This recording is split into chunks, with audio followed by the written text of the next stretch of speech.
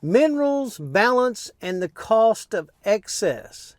When people retire, something interesting begins to happen with their own health. And, for working for 40 or 50 years, the body has been just running under certain rhythm, a certain cadence. You wake up early, drink your coffee, rush out the door, work through all the stress, eat whatever fits in between all these appointments and in your schedule, and then you rush home, you're tired, and then you do it all over the next day. For most people, that pattern runs so long, they never really stop to ask, what's this doing to my body, the underneath? What's happening? Then all of a sudden retirement comes along and the pace slows down. For the first time in decades, a person has time to notice how they actually feel. What am I going to do with all this time sometimes, And some people discover, they got joint problems, they hurt more than expected.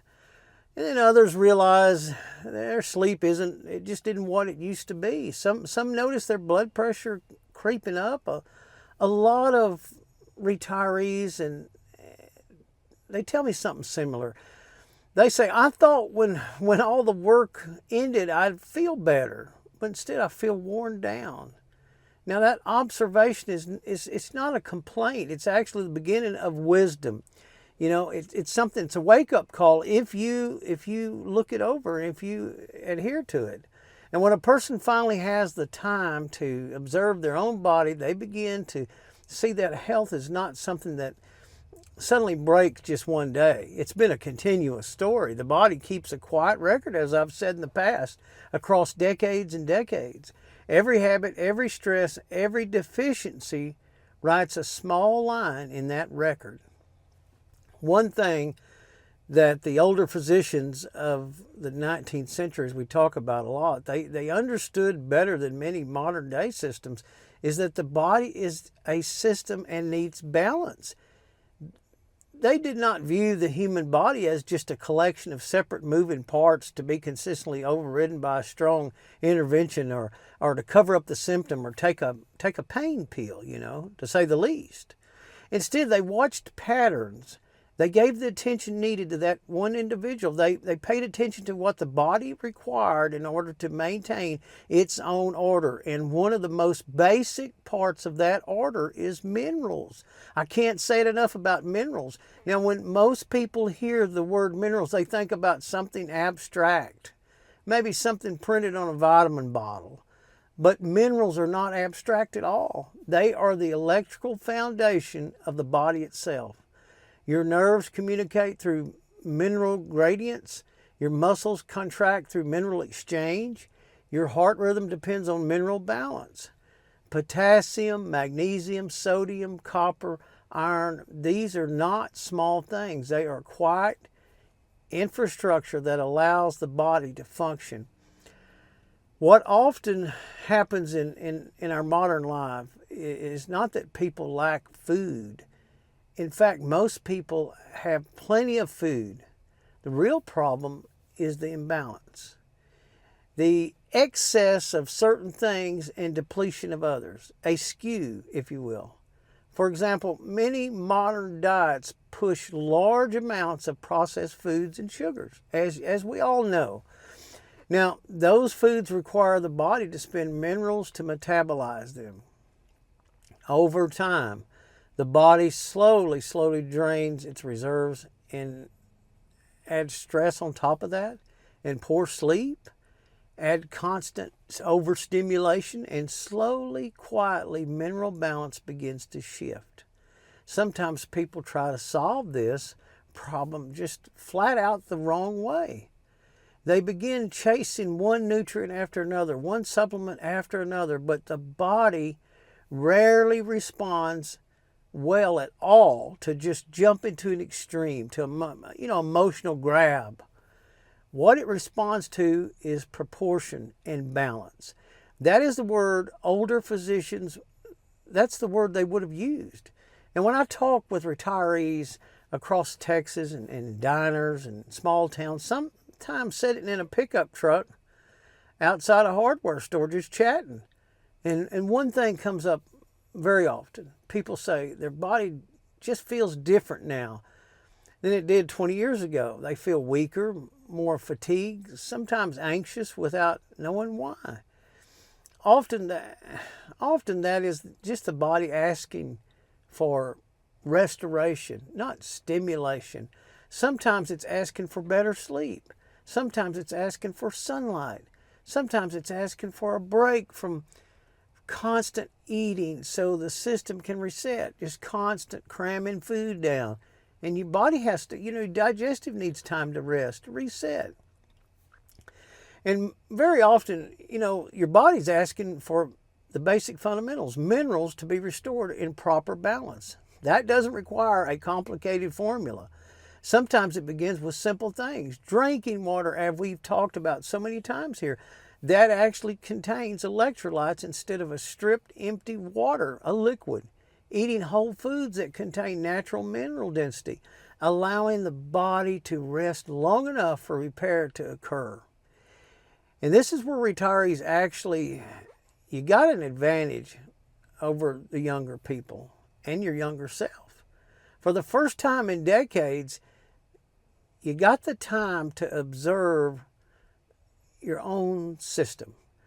Now, let me tell you a small story that helps me explain what I mean. In the late 1800s, in the 19th century, and this is such an important part, the 19th century, I believe, was foundational for the modern issues we're seeing in the 21st century. And I go back to the 19th century because I think it serves reference to a foundation and then a turning point in some issues that we're having today and were resulting from those issues. But I want to tell you this small story. In the late 1800s, there was a country doctor working in a small agricultural town. Nothing fancy, just a simple practice serving farmers and families scattered across miles of countryside. Now, this doctor had a habit that puzzled the younger physicians who occasionally visited, passing through the city or stopping by just to visit. He asked strange questions, they thought. When a farmer came in complaining of fatigue or muscle weakness, this country doctor didn't immediately reach for strong medicine. Instead, he asked about water. He asked about water.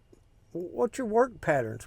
How do you work and how you doing? Are you completing your task all right? He asked what the man had been eating through the summer. One year, several farmers began reporting strange symptoms. They were tired all the time, muscles cramped. Some even felt lightheaded.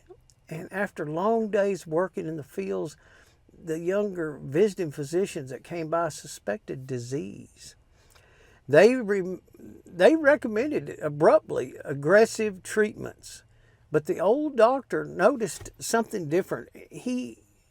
That summer had been unusually hot for these farmers. These farmers had been sweating heavily day after day during harvest, and they had been drinking large amounts of plain well water without replacing the minerals. Now, they were losing through sweat. So the doctor did something simple. He instructed the farmers to add small amounts of minerals, just simply salt, back into their drinking water. Nothing complicated, and just trying to attempt to restore what had been lost. Now, when we look at the well water, it comes a lot of times with minerals, and sometimes each well is a little different, and it doesn't have the same amount of minerals. They certainly didn't have to fight with the worry of chloride or chlorine or fluoride in their water at that time. So that was a blessing.